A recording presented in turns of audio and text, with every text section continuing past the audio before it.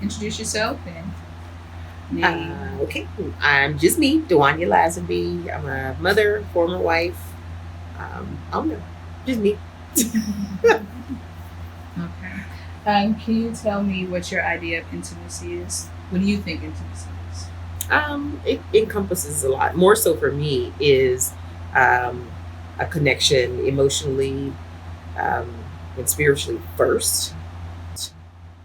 Physical comes later, but sometimes you don't even have to have physical to be intimate. Mm-hmm. So more of that connection that you have together. Okay. And then, what can you say about your development with intimacy as you've gotten older?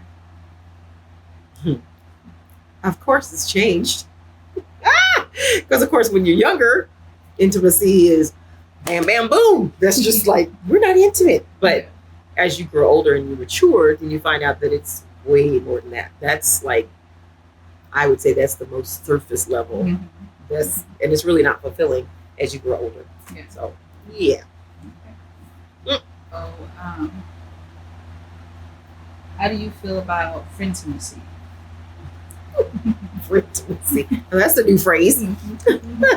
um, well, you should have that kind of relationship with a friend. I mean, women, especially, I guess men do too, but women tend to be more expressive, I think, about their FrienTimacy. That's a new phrase. I like that one. Showing your appreciation, that's another form of intimacy. When you really appreciate somebody, you're going to show it. Um, yeah, and when I think about as far as, and I guess it doesn't necessarily have to be, it could be male or female. But when I think of somebody that's a friend, I'm going to show that I care about them, and I don't want them to be standoffish. Mm-hmm. Like if I give you something, I would expect a reaction, good or bad. But that's FrienTimacy. That's interesting. What would you say would be the three things that you would require in a friendship when you were younger and now as an adult? It's funny. I think we may not realize it when we're younger, but I think it's the same, regardless of whether you're young or old. You just may not recognize it when you're younger, but you want a friend that's going to be loyal to you. Because, I would hopefully be able to trust you. So I want you to be loyal because if I'm telling you stuff, I don't want you to go and tell everybody else. And it's the same thing when you get older. You would want that. And then I think, and this is just me as a young person, I didn't like fake people. So please be real with me and be honest with me. And because I would do the same thing for that other person. But I know some people don't like that. But to me, that's not a true friend. No, right, exactly. It's not at all. So, you can be honest. Mm-hmm. So, how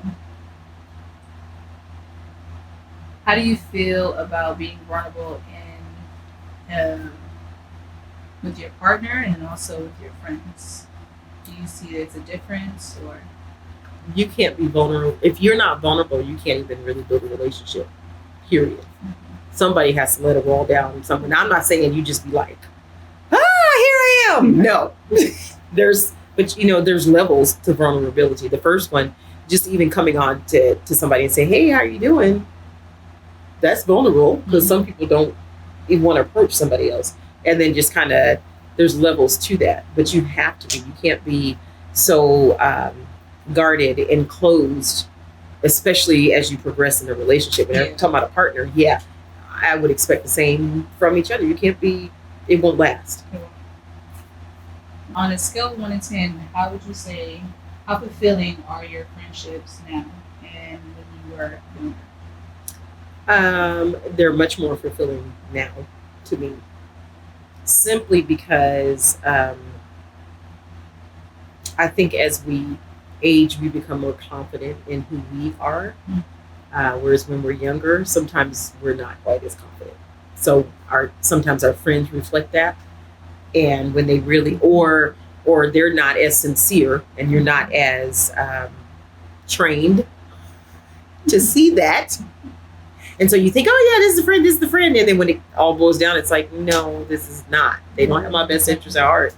And as you get older, I think I guess it's a little more deeper, because I know just personally, as I've grown older, different ages, I'm just kind of like, this is me. I'm more comfortable with me, so I can be more comfortable with other people. Has your interrelationships ever been affected by your race, your class, or your gender? Um, Not personally that I've seen.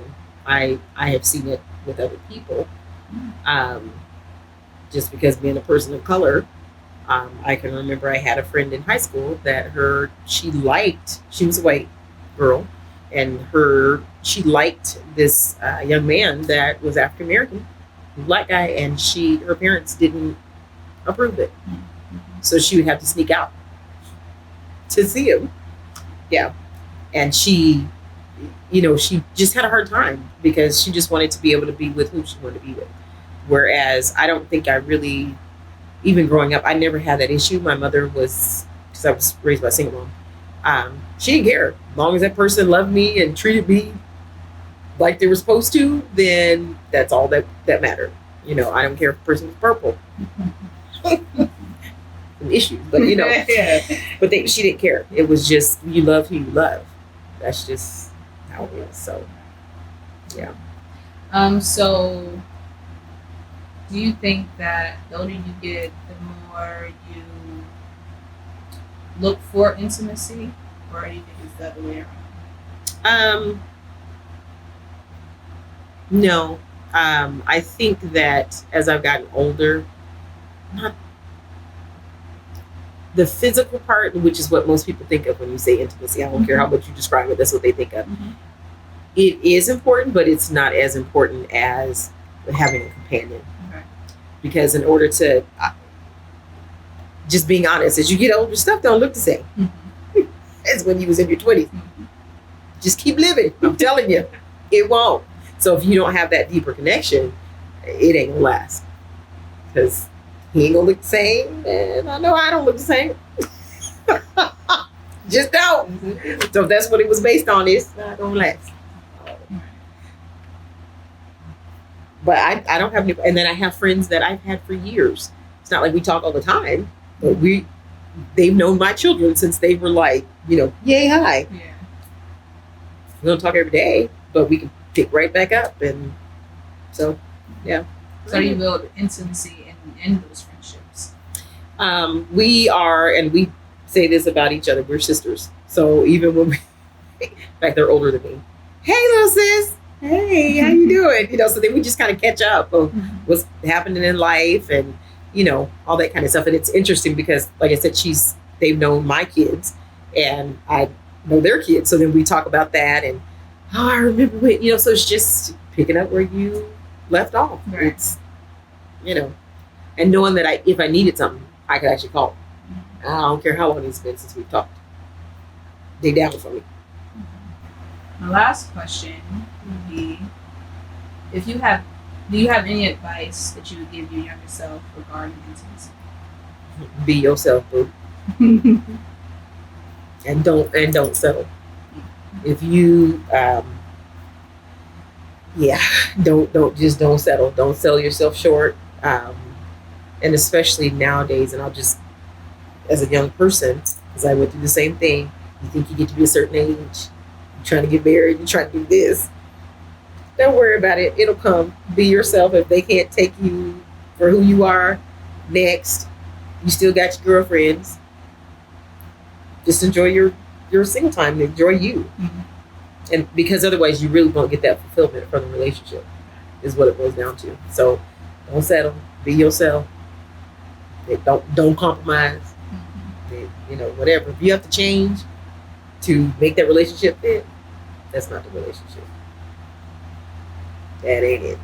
That's the nugget there. Okay.